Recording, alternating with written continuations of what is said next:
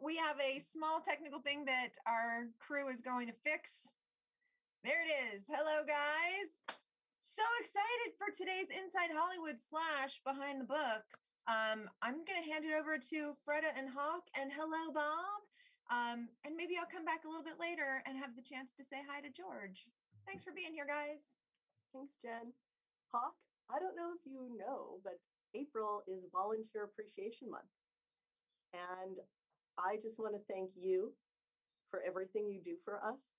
You volunteer a lot of time on the board of directors as an advocate and with this show. We appreciate you so much. Thank you very much. Oh, well, thanks. I appreciate it and love everybody there. So I'm very happy and I'm very excited today because I have just finished reading a book called My Place in the Sun by George Stevens Jr. I thought I knew a lot of stories about Hollywood. Whoa, what a life. George Stevens Jr. is an activist, an artist, a producer, director, writer. I think he's won at least 12 Emmys by my count, and a million other Writers Guild and every other kind of award. He's won an honorary Oscar, and he created the AFI, the Kennedy Center Honors. 32 years of a show called Christmas in Washington. He's met and worked with every president from JFK to Obama. He's just written his memoir, which is coming out in May, which I expect all of you to read. I know you're going to enjoy this tiny taste of what's in his book. You will surely want to read it when it's published. Please welcome George Stevens Jr. Come on in, George. I guess I'm going to start my video here. There you go. There we go. There he is. Yes. George Stevens Jr. from Georgetown. Hello, Hawk. Gosh, what a generous introduction. And it's so good to be with you across the continent. Yes. Well, I just got the chills just thinking about what you've done in your life and what you've done for our industry and for the world, really. So I want to start by thanking you.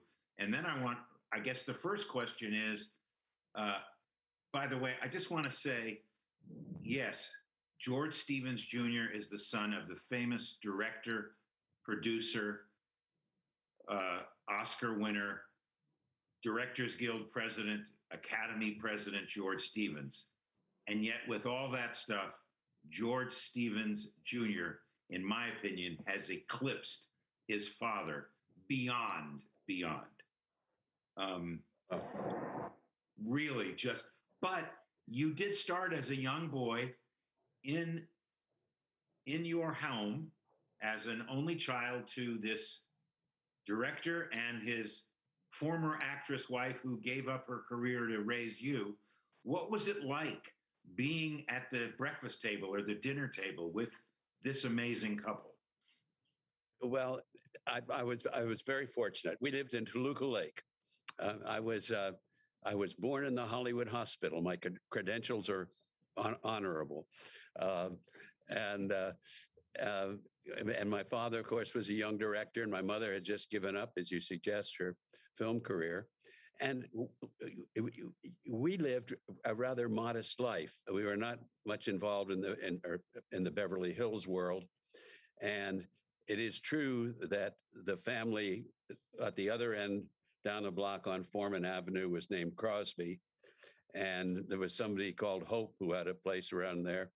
And Amelia Earhart, the great aviatrix, lived on Valley Spring Lane, and Al Jolson and Ruby Keeler were down the street. But actually, the next name a few. But the neighbors were, a man who owned a nursery, an accountant from Universal, a teacher at LA City College, and you didn't have that sense of celebrity about the place, and it was a very nice place to grow up. Did your dad talk about movies? Did he talk about politics? Did your mom and dad talk about history? I don't know. What was it like? Well, we talked a lot about baseball. The Hollywood Stars were my preoccupation, the Pacific Coast League team that preceded the the Dodgers in Major League Baseball. Uh, and occasionally I'd go to the studio and watch Dad work, but not very much. And I really grew up pretty much like a normal kid. I want you to know, George, that my dad and a producer named Jerry Bressler, if you remember Jerry, Right. Sandy's dad, had a box at Gilmore Field. And I was a huge Hollywood Star fan, a little bit later than you. Right. Bill Mazeroski, Bobby Bragan, I think, was the manager. Yeah. Yes, I knew Carlos Bernier was the center fielder who spit in the box right below where I was. So I remember the Stars too. That was a great time, and you actually were really close to the game. It was a little ballpark. It was very intimate. Yeah. I understand that there's a story I think I read in your book about your dad asked you to do something, and in fact, you would prefer to go to a doubleheader. Well, actually, that wasn't this time where my mother. I was looking forward to a twilight doubleheader. You know how important those were.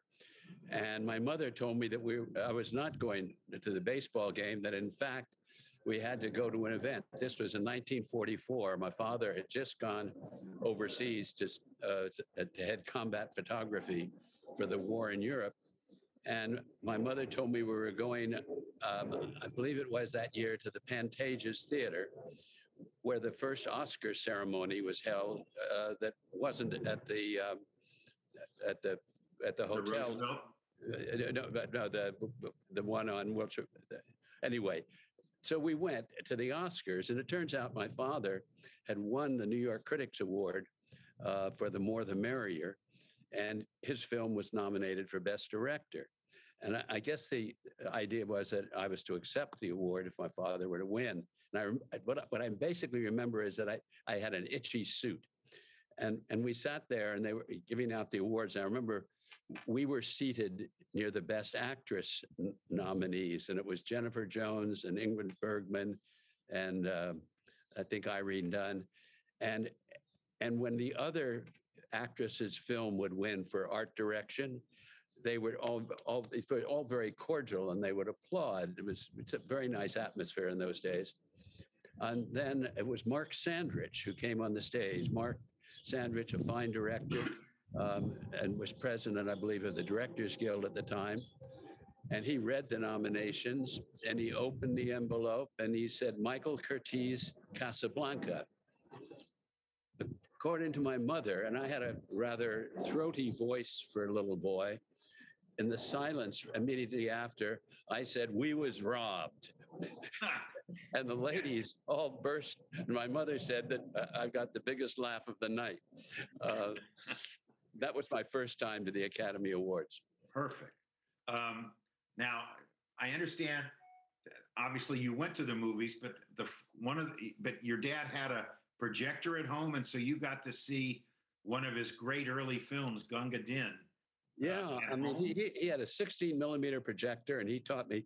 I must have been about 13, or even younger, before he went to war, and I learned how to set up the screen on his tripod and set up the projector, and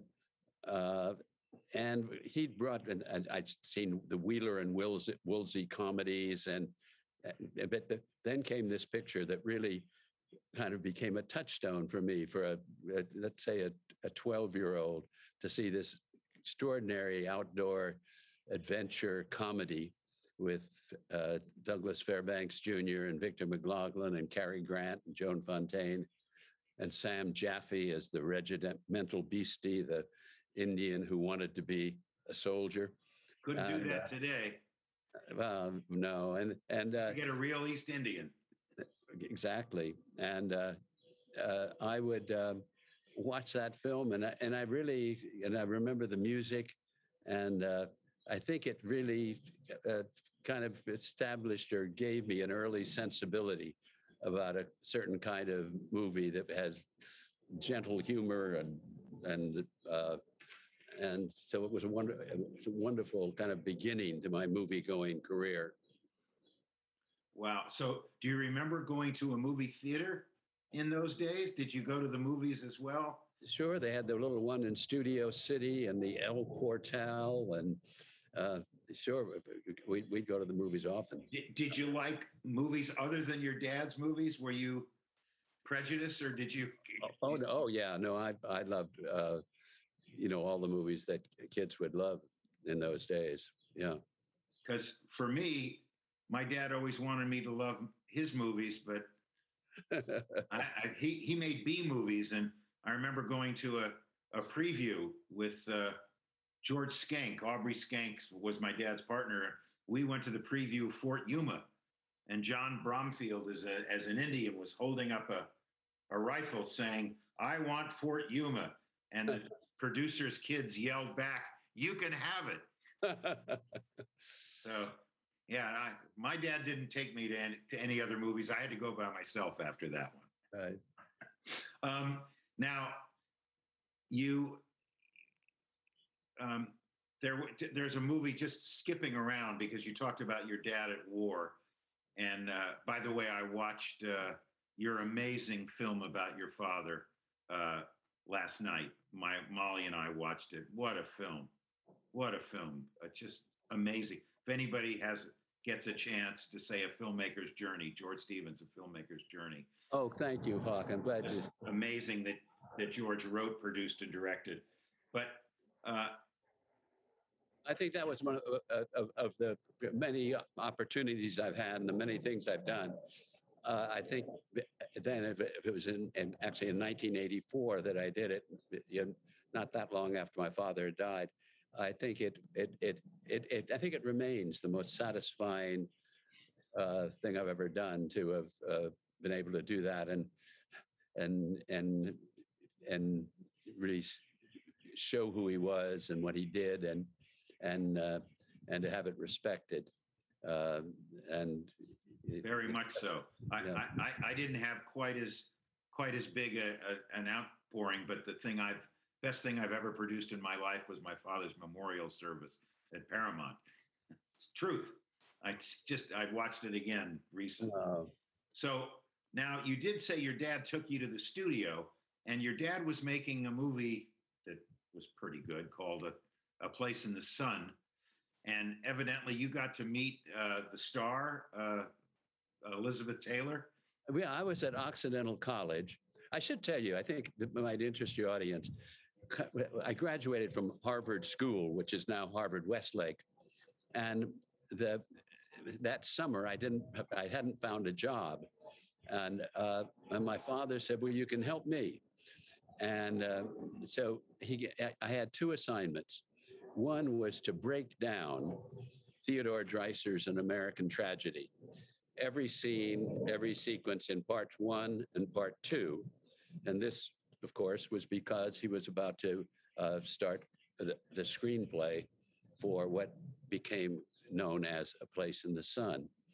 And the other job was to read material that came from Paramount, scripts, books, and for a 17-year-old, there were an awful lot of treacly love stories that I was asked to read on hot summer afternoons. But one day, a book came, and I read it in the afternoon. And that evening, I went, and Dad was he was in bed reading, and I walked in and I had this book, and I said, Dad, I said, I read this. I said, it's really a good story. I think you should read it. And he said, why don't you tell me the story? And so I found myself walking around my father's bed, trying to organize my mind and to tell him the story I had read that afternoon, which was Jack Schaefer's Shane. And so this little assignment that I had for that summer was, in retrospect, obviously my father giving me an opportunity to find out whether I was interested and had any aptitude for. He never would have led me into the movie world. He was not that kind of a person. And so, but then A Place in the Sun, I was out at Occidental and I went over to watch him shooting one day. And there on the soundstage, he was working with Montgomery Clift and Elizabeth Taylor. And it was so interesting to watch him work. If I may just describe it, the audience might be interested, how one director works versus another. And the two actors were there, and crew was around, and Dad kind of talked to them quietly. And I heard him say to Monty, he said, "Why don't you just go in there and you find a place for yourself around the pool table. And Elizabeth, you go maybe in the doorway, you find a way to kind of come in and join the scene." And so he said, "Okay, why don't we just run it once?" And so they ran the scene once, and he said, "That's good." He said, "Let's do it another time here." And so they went and they did it another time. And he said, "All right, let's do it one more time." And so they did it, And then afterwards, Monty came over and he said, "George, I have a question." And so he started talking to Monty, then he talked to Elizabeth. And anyway, then they did the scene and they got it all set up and shot first take. And I asked him later, I said, "Why did you do it three times before having that conversation?" And he said, "Sometimes it's good for actors to discover they need a little help." And Yeah. and then on that day, I was introduced to Elizabeth Taylor. And when lunchtime came, she came over to me and said, "Would you like to go to the commissary and have lunch?" Well, Still my heart. You can imagine a freshman in college walking down, and I walked into the Paramount commissary in Elizabeth's wake, and she was guided to their special table as everybody watched, and Elizabeth and I had hamburgers and chocolate milkshakes, I recall. Wow. And that was the beginning of a lifelong friendship. Wow. Can I tell you one other thing about A Place in the Sun, Hawk? Because Sure. I think because it was my second visit to the Academy Awards. My father was back from the war, and he'd made A Place in the Sun. And my mother and my grandmother, my grandmother was also an actress, Georgie Cooper. She and her husband, Lander Stevens, my dad's parents. But I sat next to my father, and it was Joe Mankiewicz came out and he read the nominations with John Huston for African Queen, William Wyler for The Desperate Hours, Vincent Minnelli for An American in Paris, Elia Kazan for A Streetcar Named Desire, and George Stevens for A Place in the Sun. And of course, Mankiewicz opened the envelope and it was A Place in the Sun. And riding home in the car that night, my father was driving the car, and Oscar on the seat between us, my mother and grandmother in the back seat. I will never forget. He was driving along, and no conversation. He looked over at me, and he said, "I think we'll have a better idea what kind of a film this is in about 25 years." It'll stand the test of time. The test of time, and what, of course, we didn't realize at the time that he was talking to somebody who would one day start the American Film Institute. And but that idea that was very much in his mind, that he didn't want to make the fashionable film of one year, but he hoped that it would, like fine art, stand the test of time. And Paramount recently released the 70th anniversary Blu-ray of A Place in the Sun.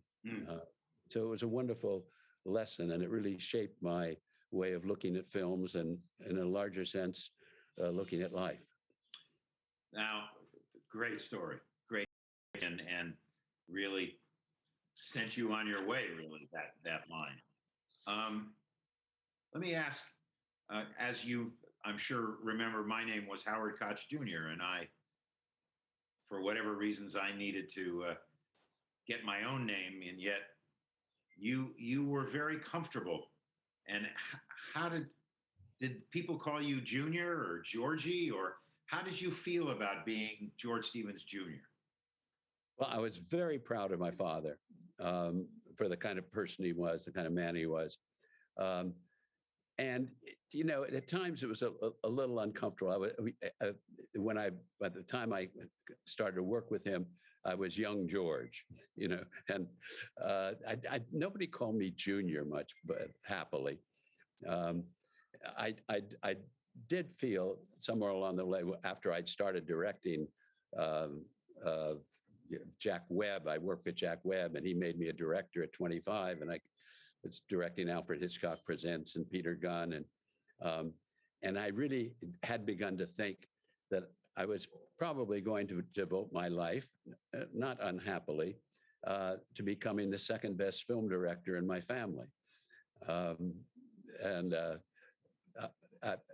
Then my life took different turns, and I went in some different directions. Well, so your dad asked you to work with him, and you worked on Shane. I did, and you started to worked on Diary of Anne Frank.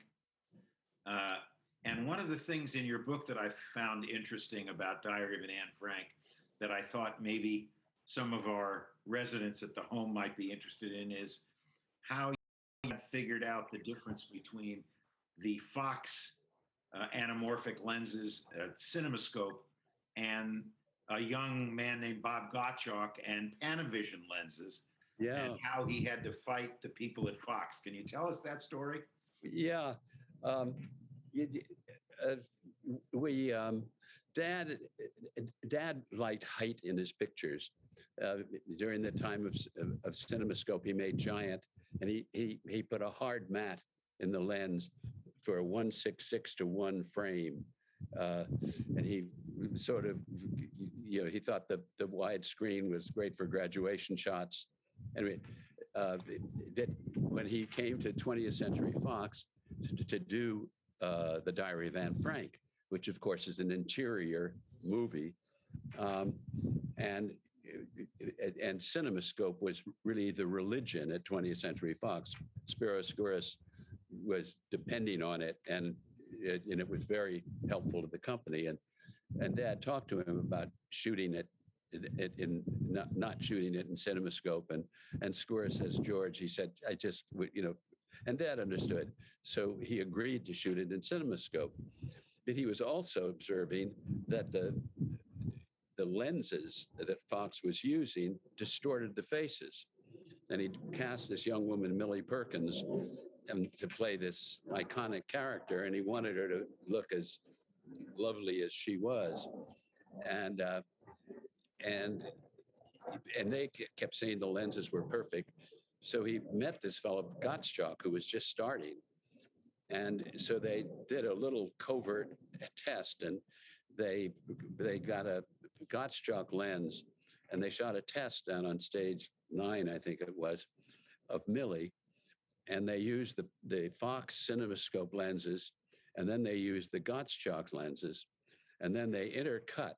They'd take a little piece from the Gottschalk lens, a little piece from this one, and we had a meeting with the camera department. Very nice fellow named Sal Halprin was head of the camera department at Fox, and we showed this thing where the face of Millie Perkins would look perfect, and then it would balloon and come back. And it was the first time Fox realized that their lenses were faulty. So when in the picture, often we shot Millie's close-ups. We couldn't bring a Gottschalk lens onto the lot, but we shot them with a spherical lens and blew up the shot, to just black and white, and you could do that. Right. So that was one little. Amazing. Now, while you're doing that, you got an offer to work at the USIA. And at first you didn't tell your dad. because you were working for your dad or Right. with your dad. Yes. And what did he say when you finally told him?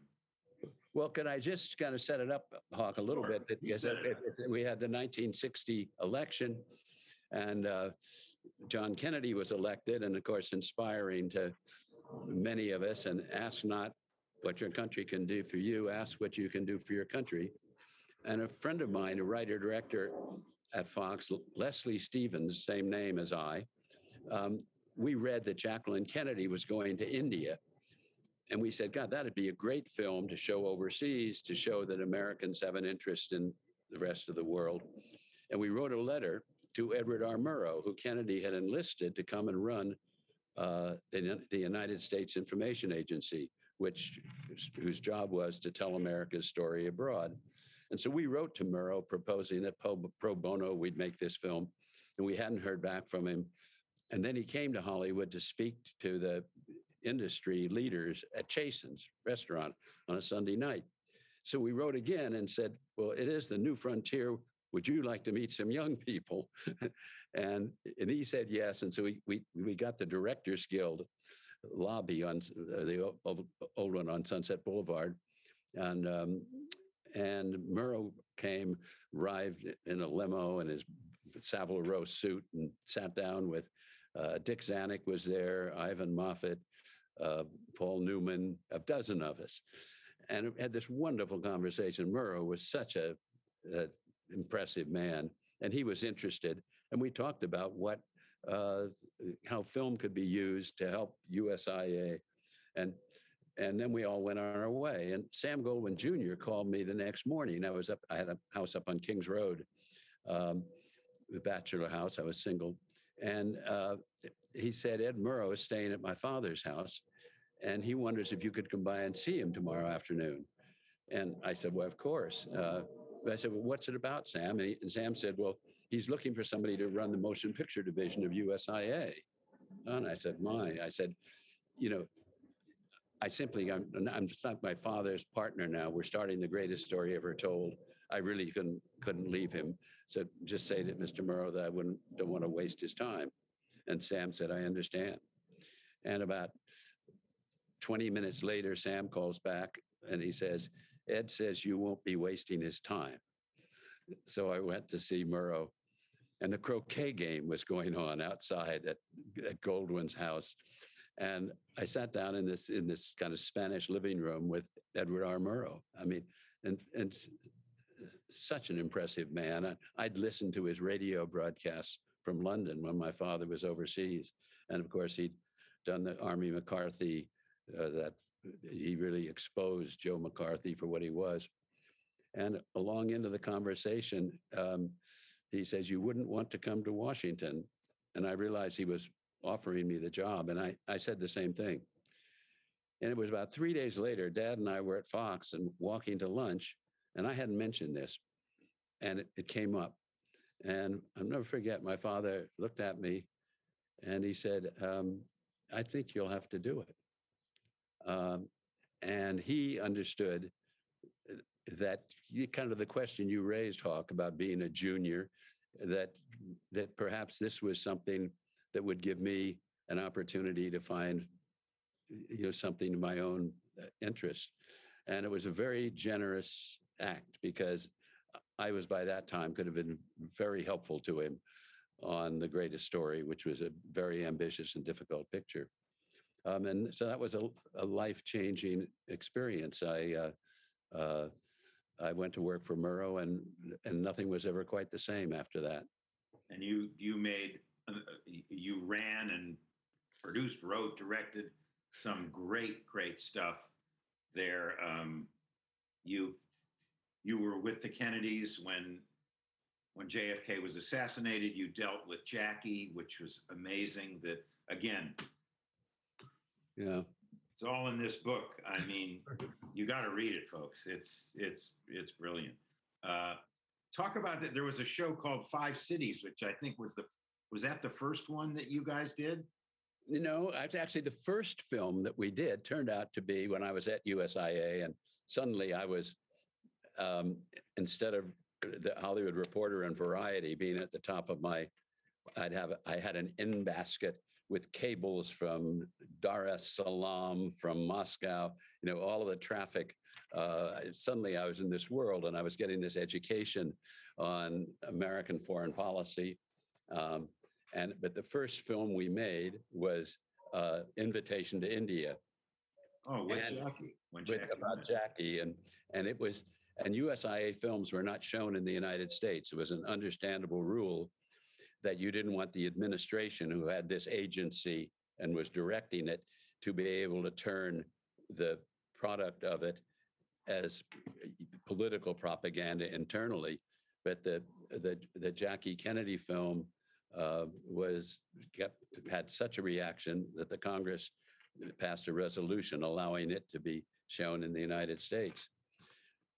But the one you refer to was when Kennedy was going to Berlin in 1963. We made films of presidential visits, which were usually just followed the president, and they were in 35 millimeter color. They were very effective. But in this case, Bruce Hershenson, a young filmmaker who was I brought in to make films, it was his idea that we make a movie called The 5 Cities of June, which showed 5 different cities. One was Rome. The Pope had died, and the white smoke had come out to reveal the new Pope. The Russians sent a female astronaut into the sky, and we included that. It showed the grainy footage that the Russians kind of didn't open it up the way we did. And then that we showed the children being admitted to Little Rock High School and a village in Vietnam. In any event, the Kennedy at the speaking in Berlin to 565,000 people, the famous Ich bin ein Berliner speech in color, turned out to be a wonderful film that was nominated for an Academy Award. And Kennedy took an interest in it. And one day I was in a meeting with Murrow and his whole staff that he'd have weekly, and my secretary brought a note, and I looked at it, and I left the meeting, and it was saying that the president was calling. And I walked into my office, and she dialed JFK's office back. And the next thing I knew, this voice comes on along and says, "George," he said, "how many countries is the 5 Cities of June being shown in? How many languages is it translated into?" He said, he said, "It's really a remarkable documentary." He said, "Congratulations." I answered his questions, and he was gone. Wow. And then, of course, in a greater sense, he was gone in November of that year, just kind of 6 weeks after he'd called me. But I should tell you that he called me again, Hawk, and this is very important for your audience. And I was in Los Angeles, and I was staying at the Sierra Towers. My father had an apartment there. And about 6:30 in the morning, my secretary called and says, "The president's, Mrs. Lincoln called.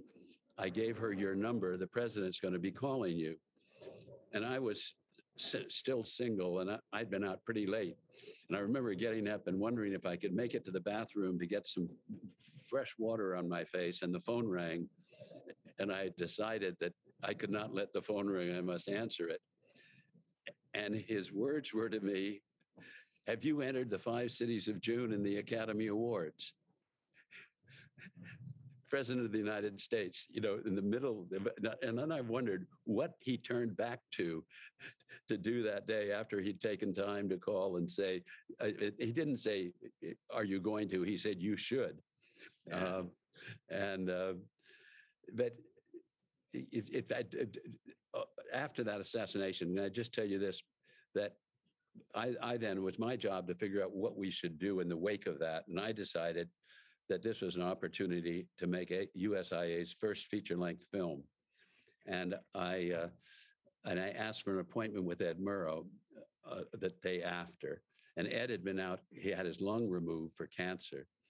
and my office was on the third floor in the corner, and Ed's was on the fourth. And I walked up the stairs, and he came in, and he had not the Savile Row, he had a green cardigan sweater, and he did not look like Ed Murrow at his best, but he was there on duty.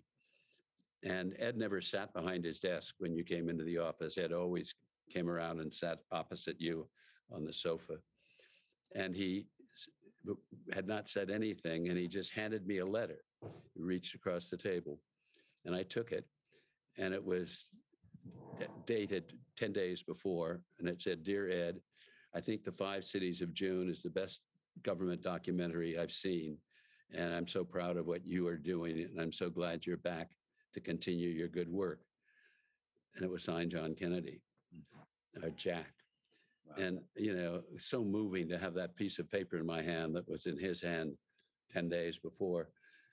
And I handed the letter back to Ed, and he pushed it back. He said, "You made the picture, you keep the letter," which tells you a good deal about Edward R. Murrow. Yeah. So after Kennedy, LBJ is there. Right. And tell me how AFI the American Film Institute got its name. It didn't come from you. It came from LBJ, didn't it? Well, no, Kennedy appointed the first National Council on the Arts, which included the remarkable group: Isaac Stern, Yamasaki, John Steinbeck, Duke Ellington, and from Hollywood, George Stevens, Sr., Gregory Peck, and William Pereira, the architect. And they knew what to do. And then the endowment was started once LBJ came, and the funding. And the Arts Council was to decide where the money would go. And they knew what to do with opera, dance, theater, but you can't give a grant to Warner Brothers. They didn't know what to do about film. And I was, of course, there in the USIA, and they called on me, and I suggested this idea of an American Film Institute. And then when Johnson signed the legislation, and it was just discussed at the Arts Council, and Johnson made the speech. I remember my father and I were together sitting in the front row, and 120 members of Congress. And he said, "We will create a national opera. We will create a national ballet. We will create a national theater." And then he paused and he said, "And then we will create an American Film Institute, bringing young filmmakers and scholars together." And my father and I didn't look at one another. We were shocked. But once he said that, it was Lyndon Johnson's idea, and it meant it was going to happen. Right. And then the Arts Council continued to develop the idea, and then they asked me to be its first director. And do you remember who the first students were that? Well, when we started the conservatory up at Greystone, that was one of our larger ideas, that we would have a bridge between the study of film and the profession. There were many universities who were doing good work, but this was meant to be a bit different than that. And our first, we chose 17 students in the first year, one of whom was Terrence Malick, another of which was Paul Schrader, another Tom Rickman, Caleb Deschanel, who is still a top cameraman. And the next year, David Lynch came, and David was a wonderful, and is a wonderful person. And there were stables down on the Doheny property up there on Doheny Road. And David Lynch moved into the stables and spent 3 years making a film called Eraserhead, which was this experimental, rather far out, wonderful film, which led to him being asked to direct a film for Mel Brooks. I forget the title, sorry. So you needed money. I don't want to go in through what's in the book, really interesting about how you needed money, but you came up with the idea of the AFI Lifetime Achievement Awards. And I understand you went to Cary Grant first. I love that story. Would you mind telling it?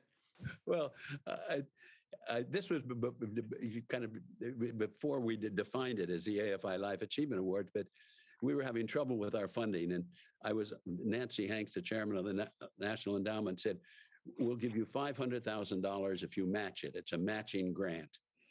We're already trying to raise all the money we could, and but matching grant. Then I thought Cary Grant. And I had this idea about doing something at the Kennedy Center where we would honor Cary Grant and be able to raise a lot of money. And so I'd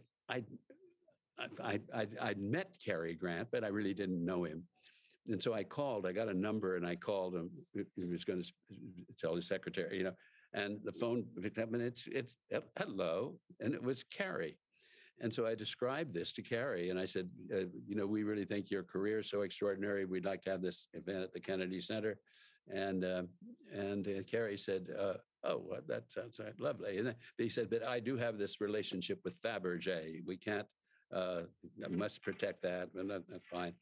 So I thought, well, boy, this is really great. I've got a bird in the hand. And I went to Bob Wood at New York at CBS, and he said, we'll do it. And so I called Cary back to kind of set the date and all of this. And I said, that's the Tiffany Network. You'd appreciate that, Cary. He says, you're not talking about television, are you? And of course, we were talking about television. And Cary said, oh, I couldn't do it if it were television. But then later, I developed the idea. And the idea was to honor people, not for the film they made this year, but for their life work, for work that has stood the test, for work that has stood the test of time. Exactly. In my father's parlance, and of course John Ford was the first, and but you were gonna do it in Washington, but something happened that you ended up doing it in LA, right? Yes. Well, I proposed once. I had this idea. I went to Leonard Garment, who worked for Nixon. He'd also played saxophone in Woody Herman's band, a rather unusual Nixonite, and he liked the idea when I told him the Kennedy Center. But then he called me one day and says, "All right, you have the president in Hollywood on April 5th." And I said, "We're talking about the Kennedy Center." He says, "You have the president in Hollywood on April 5th." Which then led it to be what it is. And we did it at the Beverly Hilton in that first year. I remember, I was there. John Ford, yep. Now, absolutely. Some of them were easy, but I understand the Orson Welles one wasn't exactly easy. Oh, well, yeah, Orson was in Paris. Orson was the third recipient. And I think it was one of the bolder and wiser things. There was AFI was being accused of being too establishment, that it wasn't progressive enough or didn't really appreciate the art of film. And we chose the man who made Citizen Kane as our third honoree. And it was so right for the Institute because it identified us, clearly, in a good way. But Orson was living in Paris, and it became quite an adventure to get Orson from Paris to the Century Plaza, where we did it that year. And Peter Bogdanovich was what I called Orson's medium. I never spoke with Orson. I always spoke with Peter. And Peter would call me up and he'd say, "George, Orson's not happy." And whatever it was, but it did work out, and it was a great night when Orson spoke in a wonderful way, and I can't recite it and won't try in detail, but he was just huge in accepting the award, and humorous and philosophical. And he made this kind of gesture to you, he referred to as the ones with the fixed addresses. In other words, Orson was this itinerary. And he said, "I can only accept this award in the name of all the Mavericks." And it was beautiful. in presenting the award, I use this thought or this phrase: a great man reminds you of no others. I mean, Orson was so distinct. So And singular. Orson also was trying to finish that famous picture that eventually was finished 30 years later, The Other Side of the Wind. And Orson had financial difficulties. And Frank Sinatra and Orson got in the elevator to go up to the party on the roof. And a fellow stuck his hand through the door and slapped a subpoena on Orson's chest. Oh. and Orson took it, continued the conversation with Frank, and tucked it into his pocket. And as I say at the end of the chapter, a great man reminds you of no others. Well, now, I didn't mention earlier that you were a star in the Our Gang comedies. You actually have there's a picture in there with you with Spanky McFarlane in the Our Gang group. Yes. And then I understand your second acting job was with Francis on Apocalypse Now, but I've watched the movie. I don't see you. What happened? You sure you've got an official print? Actually, yeah, I was running AFI. Francis had been on the board of AFI, and Fred Roos called me, and I didn't give any thought to being an actor, and he said, Francis wants you to come to Manila. And God, I said, I'm running the AFI. Fred, he said, I'm going to just send you. He said, send you the scene. It's the scene, the critical scene in the movie where I played some sort of a CIA guy. Francis said, bring that tan suit that you wore at AFI board meetings, kind of official. And the line in the end of this big scene I'm in is, as I say of the Marlon Brando character, I tell a young lieutenant, go up to the north and terminate him with extreme prejudice. And Fred pointed out that scene cannot be cut from the film. So anyway, I went to Paris. We shot the thing. Francis was working with Vittorio Storaro, and I thought he'd have it all organized and shoot in, individual cuts to help a novice actor. But Storaro was moving the camera, so I had to do the thing all the way through. And Harvey Keitel was playing the other part, and a couple of other actors. And it went well. I got back in Hollywood. Fred Roos sent me a letter. The scene is wonderful. It's just great. Then the next, I see a headline from Variety. Coppola loses 40 pounds, shaves his beard, and fires Harvey Keitel.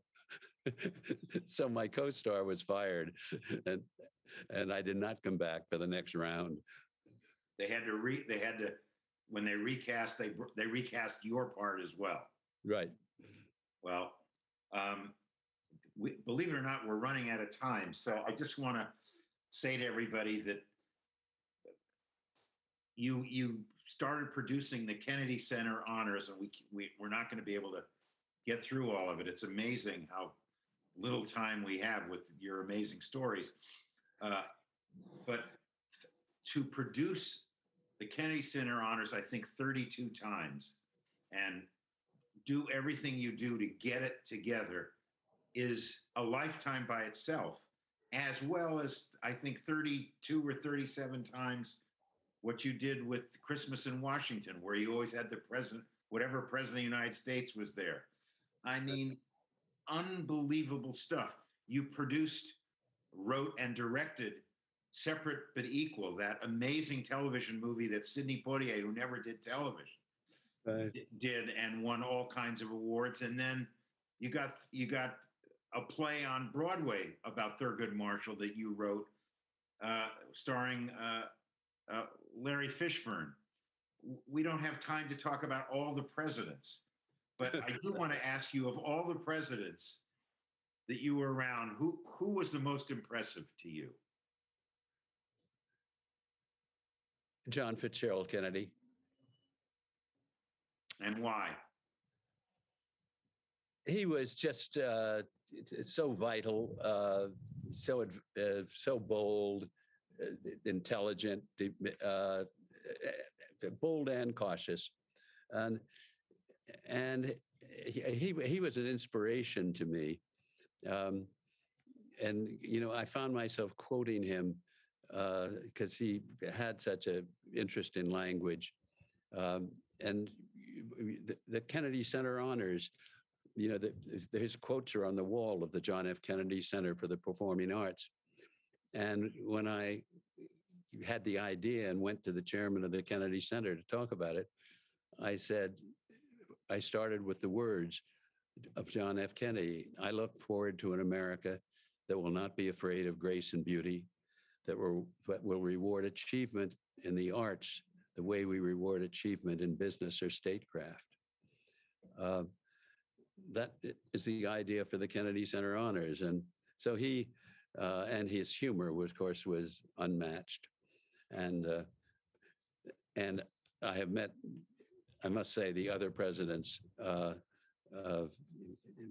President Reagan, Bush, 41, and of course, Bill Clinton, and then Barack Obama, who I was very close to when he was running. So it's been, knowing presidents has been a privilege and a great pleasure. So now your dad won a couple of Oscars, and I had the honor of calling you one evening in 2012 because I had just come out of our board meeting at the Academy, and you had been voted to get an honorary Oscar. What was that like? Did you have any idea? Did you know? I had no idea, and I really had never kind of thought about it because I thought perhaps that my identification with the American Film Institute, who was kind of a sister organization, might put me in a different category. But it was as nice a phone call as I ever got. And Hawk, you did not call collect. Is there someone you wish you could have worked with, or someone that you today would want to work with? Is there someone out there that you go, man, I missed that one? I mean, I can't believe you missed anybody, but maybe there is somebody. Well, I haven't, I really haven't thought about that.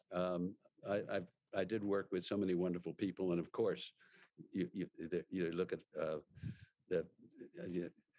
and I worked with so many people. I started to think of Steve Martin and Marty Short. Of course, I worked with them on the Kennedy Center Honors. So, not making a movie, but I have worked with, I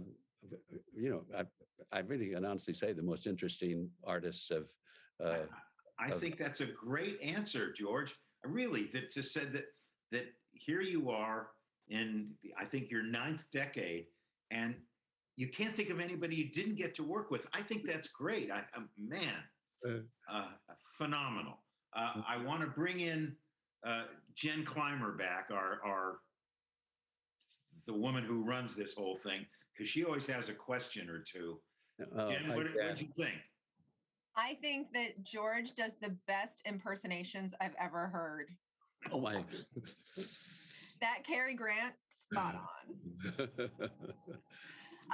So we ask all of the guests who join us for this live interactive show that we are doing for the residents at MPTF. We ask 2 very important questions, and I feel like I've cut you off. Did you want to say something about what we're doing? Well, I mean, I've, of course, known of the MTBF all of my life and respect it so much and admire those who lead it and who live there. I mean, it's wonderful. It's a pleasure to be able to have this platform for anybody who's living on the campus to continue to stretch those creative muscles and sometimes even explore aspects of the industry that they didn't get a chance to when they were actually working in it. So this is a lot of fun, and it's a real pleasure to have you with us. Now, are you ready for the 2 most difficult questions of this entire hour? Right. I'm steeling myself. What is your favorite movie, and what is your favorite television series? My. Well, I might say Lawrence of Arabia, were it not for Giant and Shane and A Place in the Sun. Um, so that is my uh, ambiguous. Oh my gosh! And to have to choose the Sid Caesar Hour. Oh, that's the first time we've heard it, and I'm a little devastated that that's the first time we've heard it. That was foundational. There were so many incredible artists that sprung from that. Of course, yeah. Can I add just one thing? I know you're out of time, and I realize my stories are a little longer than some of them might be, but I did have not mentioned that, and I know so many of people involved at the home are performers, and my great grandmother was a person called Georgia Woodthorpe, was born just after the Civil War, and she became an actress. In San Francisco mainly, but and Georgia Woodthorpe is the youngest Ophelia to Edwin Booth's Hamlet, and she is the mother of Georgie Cooper, and Georgie Cooper, my father's mother, who was married to Lander Stevens, an actor. There's two of my grandparents, Landers and Georgie, were actors, and my great grandmother. And my mother's mother, Alice Howell, came from New York, and she was in the first 5 films that Charlie Chaplin directed at the Mack Sennett Studios. And Alice went on to become a leading lady and made 100 silent comedies, and which are now, happily, it was pointed out to me that when we started doing film preservation, the male comics, Chaplin, Keaton, they were the ones, and Lloyd, and they paid no attention to the women. And happily, they now have preserved quite a number of Alice Howell's films. And I had the pleasure of seeing them recently at the AFI Theater, and to see my grandmother, who I never saw her films before, was both a testament to film preservation and the wonders of what actors do for our lives. George championed the start of real film preservation. That's something I didn't get a chance to mention. I'm very upset, George, that you didn't mention as your favorite film one of your dad's early Laurel and Hardy comedies, because those were my favorites. But I have to tell you, this was an amazing hour. It went like about 2 minutes. And I thank you so much. And again, please, all of you, My Place in the Sun, George Stevens Jr., it's just been a pleasure. And I could go on, and we could spend the next 20 days talking about what's in your book. So thank you again. Love this. I hope you had a good time. Yep. I'm going to interrupt for one more quick second, and I apologize because we do have to wrap up, and I know you have to move on, but I do want to say, if any of Alice's films are available digitally, we would love to show them on the television station and maybe even have you introduce them. And we'll get a couple of those of the books here to add into our library. Wonderful. Right. I'm going to go. Thank you so much. Thank you, George. Thank you, Hawk. Hawk, you're a wonderful person to interview me. I thank you so much for that. Take care, buddy. Have a good day. Thank you. Thanks, everybody. We're going to show some promos. We'll be back with games in just a minute. Bye, George. Bye.